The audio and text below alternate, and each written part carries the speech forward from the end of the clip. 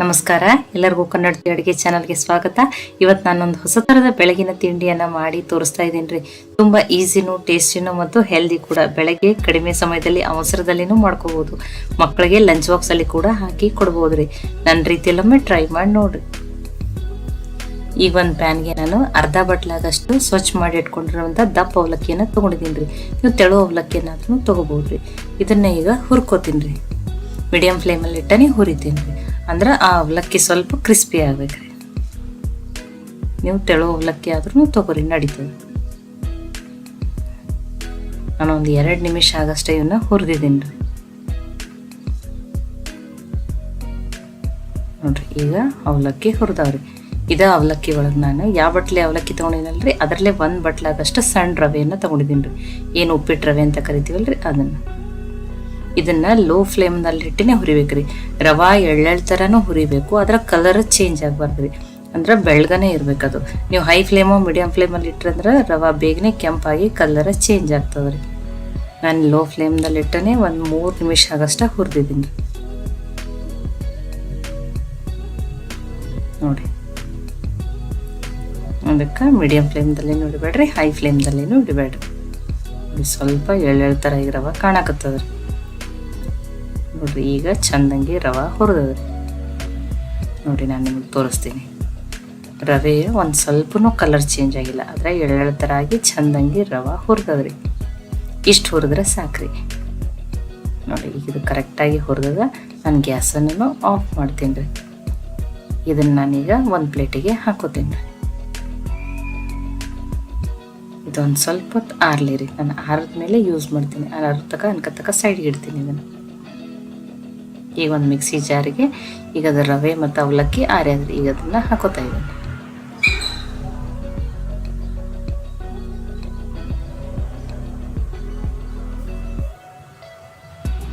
ರವೆ ಬಿಸಿ ಇದ್ದಾಗ ಹಾಕೋಬೇಡ್ರಿ, ಆರದ ಮೇಲೇ ಹಾಕೋದು. ನೋಡಿ, ಈಗ ಇದನ್ನು ಗ್ರೈಂಡ್ ಮಾಡ್ತೀನಿ ರೀ. ಅಂದ್ರೆ ಅವಲಕ್ಕಿನೂ ಚಂದಂಗಿ ಪುಡಿ ಆಗಲಿ ರೀ. ನೋಡಿ, ರವೆ ಅವಲಕ್ಕಿ ಸೇರಿ ಫೈನ್ ಪೌಡ್ರ್ ಥರ ರೆಡಿ ಆಗ್ಯದ್ರಿ. ನೋಡಿ, ತುಂಬಾ ಚೆನ್ನಾಗಿ ಗ್ರೈಂಡ್ ಆಗಿದ್ರಿ. ಇಷ್ಟ ಆದ್ರೆ ಸಾಕ್ರಿ. ಈಗ ಇದು ಕರೆಕ್ಟಾಗಿ ರೆಡಿ ಆಗಿದೆ. ನಾನು ಇದನ್ನು ಬೇರೆ ಪಾತ್ರೆಗೆ ಹಾಕೋತೀನಿ ರೀ. ಈಗ ನೋಡಿ, ಆ ಅವಲಕ್ಕಿ ರವೆಯನ್ನು ಪೌಡ್ರ್ ಮಾಡ್ಕೊಂಡ್ರೆ ಇದ್ರಾಗ ಹಾಕ್ಕೊಂಡಿದ್ದೀನಿ ರೀ. ಇದಕ್ಕೆ ನಾನು ಬೈಂಡಿಂಗ್ ಸಲುವಾಗಿ 2 ಸ್ಪೂನ್ ಆಗಷ್ಟು ಸೋಸಿಟ್ಕೊಂಡಿರುವಂಥ ಗೋಧಿ ಹಿಟ್ಟನ್ನು ಹಾಕ್ತಾಯಿದ್ದೀನಿ ರೀ. 1 ಸ್ಪೂನ್ ಆಗಷ್ಟು ಸಕ್ಕರೆಯನ್ನು ಹಾಕ್ತಾಯಿದ್ದೀನಿ ರೀ. ಟೇಸ್ಟೂ ಚೆನ್ನಾಗಿ ಬರ್ತದೆ ಮತ್ತು ಕಲರ್ನೂ ಚೆನ್ನಾಗಿ ಬರ್ತದೆ ರೀ. ಇದಕ್ಕೆ ನಾನು 1 ಕಪ್ ಆಗಷ್ಟು ಸಪ್ಪಗಿರೋ ಮೊಸರನ್ನ ಹಾಕ್ತಾ ಇದ್ದೀನಿ. ನೀವು ಮನೆಯಲ್ಲಿ ಮಾಡಿರೋದು ಹಾಕ್ರಿ, ಹೊರಗಡೆಯಿಂದ ತಂದ್ರು ಯಾವುದಾದ್ರೂ ನಡೀತದೆ. ಹುಳಿ ಮೊಸರು ಇತ್ತಂದ್ರೆ ಬೇಡ್ರಿ. ಆ ಹುಳಿ ಮೊಸರು ಇತ್ತಂದ್ರೆ ನೀವು ಅಲ್ಲಿ ಬಟ್ಟೆಯಲ್ಲಿ ಕಟ್ಟಿ ಆ ನೀರನ್ನು ತೆಗೆದು ಹಾಕ್ರಿ. ಅವಾಗದು ಹುಳಿ ಅಂಶನೂ ಕಡಿಮೆ ಇರ್ತದೆ. ಈಗ ಇದನ್ನು ನೀಟಾಗಿ ಮಿಕ್ಸ್ ಮಾಡ್ಕೋತೀನಿ. ಆ ರವೆ ಅವಲಕ್ಕಿ ಪೌಡ್ರ್ ಜೊತೆ ಮೊಸರು ಮಿಕ್ಸ್ ಆಗಲಿ ರೀ. ಆಮೇಲೆ ಇದಕ್ಕೆ ಸ್ವಲ್ಪ ನೀರನ್ನು ಹಾಕ್ಕೊಂಡು ಈಗ 1 ಕಪ್ ಆಗಷ್ಟು ಹಾಕಿದ್ದೀನಿ ರೀ. ಹಾಕಿ ಯಾವುದೇ ರೀತಿ ಗಂಟಿರ್ಲಾರ್ದಂಗೆ ಇದನ್ನು ಮಿಕ್ಸ್ ಮಾಡ್ತೀನಿ ರೀ. ನೋಡಿ, ಒಮ್ಮೆಲೆ ಹಾಕ್ಬೇಡ್ರಿ, ನೋಡ್ಕೊಂಡು ನೀರು ಹಾಕಕ್ಕೆ ಬರ್ತದೆ. ಸ್ವಲ್ಪ ಹಾಕಿ ಮಿಕ್ಸ್ ಮಾಡ್ತೀನಿ. ನೋಡಿ, ಈಗಿಷ್ಟು ಗಟ್ಟಿ ಸಾಕ್ರಿ. ಮತ್ತು ಬೇಕಂದ್ರೂ ನೀರು ಆಮೇಲೇನೂ ಹಾಕೊಳಕ್ಕೆ ಬರ್ತದೆ ರೀ. ನೋಡಿ, ಕರೆಕ್ಟಾಗಿ ಮಿಕ್ಸ್ ಆಗ್ಯದ್ರಿ. ಇದನ್ನು ನಾನು ಮುಚ್ಚಿ ಒಂದು 10 ನಿಮಿಷ ತೆಗೆದಿಡ್ತೀನಿ ರೀ. ಅಂದ್ರೆ ರವೆನೂ ಚೆಂದಾಗಿ ನೆನಿತದೆ ರೀ. ನೋಡಿ, 10 ನಿಮಿಷ ಆಗ್ಯದ್ರಿ. ನೋಡಿ, ರವೆಯ ಮೊಸರು ನೀರನ್ನು ಹೀರ್ಕೊಂಡು ಮತ್ತು ತುಂಬಾ ಗಟ್ಟಿಯಾಗಿದ್ರೆ ಅದು. ನೋಡಿ, ಈಗ ರವೆ ಚೆಂದಾಗಿ ನೆಂದಿದ್ರೆ ಇದಕ್ಕೆ ಇನ್ನೊಂದು ಸ್ವಲ್ಪ ನೀರನ್ನು ಹಾಕಿ ಮತ್ತು ಮಿಕ್ಸ್ ಮಾಡೋಣ್ರಿ. ಅಂದರೆ ಹಿಟ್ಟಿನ ಕನ್ಸಿಸ್ಟೆನ್ಸಿ ಯಾವ ಥರ ಇರ್ಬೇಕಂತ ಹೇಳಿ ನಾನು ನಿಮಗೆ ತೋರಿಸ್ತೀನಿ ರೀ. ತುಂಬ ತೆಳುವೂ ಮಾಡಲ್ಲ, ತುಂಬ ಗಟ್ಟಿನೂ ಇರಲ್ಲ. ಆ ಥರ ಇರಬೇಕನ್ನೋದನ್ನು ನಾನು ನಿಮಗೆ ತೋರಿಸ್ತೀನಿ ರೀ. ನೋಡಿ, ಹಿಟ್ಟು ಈ ಥರ ಇರ್ಬೇಕ್ರಿ. ಅದಕ್ಕೆ ಸ್ವಲ್ಪ ನೋಡೋಣ ನೀರನ್ನು ಹಾಕೋರಿ. ಇದಕ್ಕೆ ನಾನು ರುಚಿಗೆ ತಕ್ಕಷ್ಟು ಉಪ್ಪನ್ನು ಹಾಕ್ತಾಯಿದ್ದೀನಿ ರೀ. ಅದನ್ನು ಮಿಕ್ಸ್ ಮಾಡ್ತೀನಿ ರೀ. ಇದು ಕರೆಕ್ಟಾಗಿ ರೆಡಿ ಆಗಿದೆ. ಈ ಬ್ರೇಕ್ಫಾಸ್ಟನ್ನು ಇನ್ಸ್ಟೆಂಟಾಗಿ ಮಾಡಿ ತೋರಿಸ್ತೀನಿ ಅಂತ ಹೇಳಿ ನಾನು ಒಂದು ಅರ್ಧ ಸ್ಪೂನ್ ಆಗಷ್ಟು ಈನೋ ಹಾಕ್ತಾಯಿದ್ದೀನಿ ರೀ. ಈನೋ ಹೆಲ್ತಿಗೆ ಒಳ್ಳೆಯದಲ್ಲ ಅಂದ್ರೆ ನೀವು ಒಂದು ಸಣ್ಣ ಸ್ಪೂನ್ಲೇ ಅರ್ಧ ಸ್ಪೂನ್ ಆಗಷ್ಟು ಬೇಕಿಂಗ್ ಸೋಡಾನು ಹಾಕ್ಬೋದು. ಅಥವಾ ಒಂದು 2 ಅವರ್ ನೆನೆ ಇಡ್ರಿ.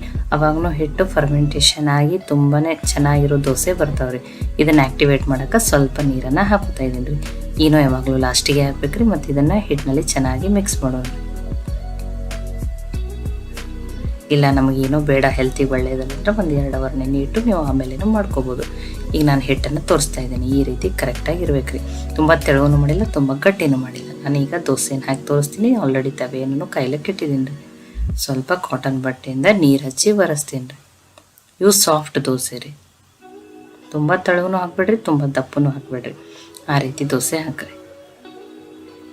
ನೋಡಿ, ಇದಕ್ಕೆ ನಾನೊಂದು ಸ್ವಲ್ಪ ತುಪ್ಪ ಹಾಕ್ತಾಯಿದ್ದೀನಿ. ನೀವು ಎಣ್ಣೆನೂ ಹಾಕೋಬೋದು. ಇದನ್ನು ಮುಚ್ಚೆನೆ 1 ನಿಮಿಷ ಬೇಯಿಸ್ತೇನೆ ರೀ. ನೋಡಿ ಎಷ್ಟು ಗುಳ್ಳೆ ಥರ ಎಷ್ಟು ಚೆನ್ನಾಗಿ ತೂತಾಗಿ ದೋಸೆ ಎಷ್ಟು ಚೆನ್ನಾಗಿ ಬಂದದ್ದು ನೋಡಿ. ಮತ್ತೆ ಇದನ್ನು ತಿರುಗಿ ಬೇಯಿಸ್ತೇನೆ ರೀ. ನೋಡಿ ಕಲರ್ನು ತುಂಬಾ ಚೆನ್ನಾಗಿ ಬಂದದ. ನೀವು ಬೆಳಗ್ಗೆ ಗಡಿಬಿಡಿಯಲ್ಲಿ ಇದನ್ನು ಬೇಗನೆ ಮಾಡ್ಕೋಬೋದು. ಮತ್ತು ತುಂಬಾ ಹೆಲ್ದಿ ಆಗಿರುವಂಥ ದೋಸೆ ರೀ. ನೋಡಿ 2 ಸೈಡು ಚೆನ್ನಾಗಿ ಬಂದೈತಿ. ಕಲರೂ ತುಂಬಾ ಚೆನ್ನಾಗಿ ಬಂದದ. ಇನ್ನೊಂದು ದೋಸೆಯನ್ನು ನಾನು ನಿಮಗೆ ಹಾಕಿ ತೋರಿಸ್ತೀನಿ ರೀ. ಅಕ್ಕಿ ಬೇಳೆ ನೆನೆಸ್ಬೇಕು, ರುಬ್ಬಬೇಕು, ಫರ್ಮೆಂಟೇಷನ್ ಮಾಡಬೇಕು ಆ ಥರ ಏನಿಲ್ಲ ರೀ. ನೀವು ಬೆಳಗ್ಗೆ ಗಡಿಬಿಡಿಯಲ್ಲಿ ಇದನ್ನು ಮಾಡಿಕೊಂಡು ಮಕ್ಕಳಿಗೆ ಲಂಚ್ ಬಾಕ್ಸಲ್ಲಿ ಕೂಡ ಹಾಕಿ ಕೊಡ್ಬೋದು. ಇಲ್ಲಾಂದರೆ ಇದ್ರ ಮೇಲೇ ಈರುಳ್ಳಿ ಟೊಮ್ಯಾಟೊ ಅದು ಹಾಕಿ ಉತ್ತಪ್ಪ ಥರನೂ ಮಾಡಿ ಕೊಡ್ಬೋದು ರೀ. ಟೇಸ್ಟಿನೂ ಇರ್ತದೆ, ಹೆಲ್ದಿನೂ ಇರ್ತದೆ ರೀ. ನೋಡಿರಿ ನಾನು ನಿಮ್ಗೆ 2 ದೋಸೆನ ಹಾಕಿ ತೋರಿಸಿದ್ದೀನಿ ರೀ. ತುಂಬಾ ಚೆನ್ನಾಗಿ ಬರ್ತಾವೆ ರೀ. ಮತ್ತು ಟೇಸ್ಟೂ ಚೆನ್ನಾಗಿರ್ತದೆ ರೀ. ನೋಡಿ 2 ದೋಸೆ, ನಾನಿಲ್ಲಿ 4 ದೋಸೆ ಹಾಕ್ಕೊಂಡಿದ್ದೀನಿ. ಎಲ್ಲನೂ ಕಲರ್ ತುಂಬಾ ಚೆನ್ನಾಗಿ ಬಂದವು ರೀ. ಮತ್ತು ಎಷ್ಟು ಸಾಫ್ಟಾಗಿ ಅವ್ರು ತೋರಿಸ್ತೀನಿ ರೀ. ನಾನು ನಿಮಗೆ ಫಸ್ಟೇ ಹೇಳಿದ್ದೀನಿ ನೀವು ಸಾಫ್ಟ್ ದೋಸೆ ಅಂತೇಳಿ. ನೋಡಿ ತುಂಬಾ ಸಾಫ್ಟಾಗಿರುವಂಥ ದೋಸೆ. ಇಡೀ ದಿನ ಇಟ್ಟರು ಇಷ್ಟು ದೋಸೆ ಸಾಫ್ಟಾಗಿರ್ತಾವೆ ರೀ. ನೋಡಿ ತುಂಬಾ ಟೇಸ್ಟಿ ಮತ್ತು ಹೆಲ್ದಿಯಾಗಿರುವಂಥ ದೋಸೆ. ಈ ರೀತಿ ಬಿಸಿ ಬಿಸಿ ದೋಸೆ ಚಟ್ನಿ ಒಂದಿದ್ರೆ ಸಾಕ್ರಿ. ತುಂಬಾ ಟೇಸ್ಟಿಯಾಗಿರುವಂಥ ಬ್ರೇಕ್ಫಾಸ್ಟನ್ನು ನಾವು ಬೇಗನೆ ಬೆಳಗ್ಗೆ ಮಾಡ್ಕೋಬೋದು ರೀ. ಅದು ತುಂಬಾ ಚೆನ್ನಾಗಿ ದೋಸೆ ಬಂದವ್ರಿ. ಈ ರೆಸಿಪಿ ಈ ಬ್ರೇಕ್ಫಾಸ್ಟು ನಿಮ್ಗೆ ಇಷ್ಟ ಆಗಿತ್ತಂದ್ರೆ ಲೈಕ್ ಮಾಡಿ, ಶೇರ್ ಮಾಡಿ, ಕಮೆಂಟ್ ಮಾಡಿರಿ. ಖಂಡಿತ ಟ್ರೈ ಮಾಡಿರಿ. ಮತ್ತೆ ಒಳ್ಳೆ ರೆಸಿಪಿ ಜೊತೆ ಸಿಗೋಣ. ಎಲ್ಲರಿಗೂ ಧನ್ಯವಾದಗಳು. ಕನ್ನಡತಿ ಅಡುಗೆ ಚಾನಲನ್ನು ಸಬ್ಸ್ಕ್ರೈಬ್ ಮಾಡಿ, ಬೆಲ್ ಐಕಾನ್ ಪ್ರೆಸ್ ಮಾಡೋದನ್ನು ಮರಿಬೇಡ್ರಿ.